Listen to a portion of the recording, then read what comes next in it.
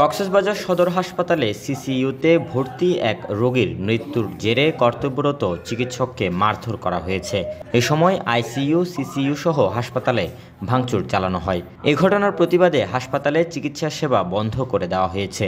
আগামী 24 ঘন্টার মধ্যে হামলাকারীদের গ্রেপ্তার করা না হলে হাসপাতালের চিকিৎসক, নার্স সহ কাজে ফিরবেন না সব ধরনের কর্মচারীরা। খালি 10টা চুলো তার শীত বুঝছেন না এটা আর সিলে করে হতা সিলে ন করে লাথি এড়ে আর মানুষকে আইসি মেজি নির্দিষ্ট মারি গিয়া করে ফেলাই এটা একজনের দ্বারা আর বগুনো কি হাজার হাজার মানুষ কষ্ট হয়। এটা ঘটনার কারণে আমাদের সবার সুস্থ হতে পারতেছে না, ভালো চিকিৎসা করতেছে না।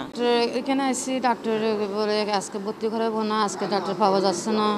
এর আগে মঙ্গলবার দিবাগত রাত 1:30টার সময় সিসিইউতে ভর্তি থাকা কক্সবাজার শহরের নুনিয়ারছড়া এলাকার আব্দুর আজিজ নামের এক রোগীর মৃত্যু হয়। রোগীর স্বজনরা বলেন, ব্যথানাশক ইঞ্জেকশন পুশ করার পরেই তার মৃত্যু হয়েছে।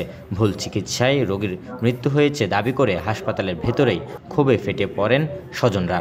এক পর্যায়ে তারা কর্তব্যরত চিকিৎসক ডাক্তার সজীব কাজীকে মারধর করেন, চালানো হয় ভাঙচুর।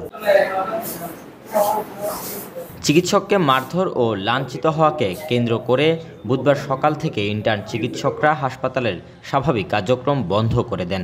এই ঘটনার সুরাহা না হলে হাসপাতালের আবাসিক রোগীদের কোনো ধরনের সেবা দেওয়া হবে না বলেও জানান তারা। ডাক্তার উনি চিকিৎসাও দেবেন, মারও খাবেন, এসব কারণে ডাক্তারদের আমাদের একটা নিরাপত্তা দরকার এবং তার এই অংশ হিসেবে আমার যারা তার কলিগ এবং যারা আছেন তাদের একটা দাবি হচ্ছে আমাদের হাসপাতালের নিরাপত্তা নিশ্চিত করা এবং দোষীদের 24 ঘন্টার ভিতর আইনের আওতায় আনতে হবে। বিষয়টি সমাধানে চিকিৎসক, নার্স, প্রশাসন ও বৈষম্য বিরোধী ছাত্র আন্দোলনের নেতারা আলোচনায় বসেছেন বলে জানিয়েছেন কক্সবাজার সদর হাসপাতালের আবাসিক মেডিকেল কলেজের অফিসার ডাক্তার জিআরএম জিহাদুল ইসলাম।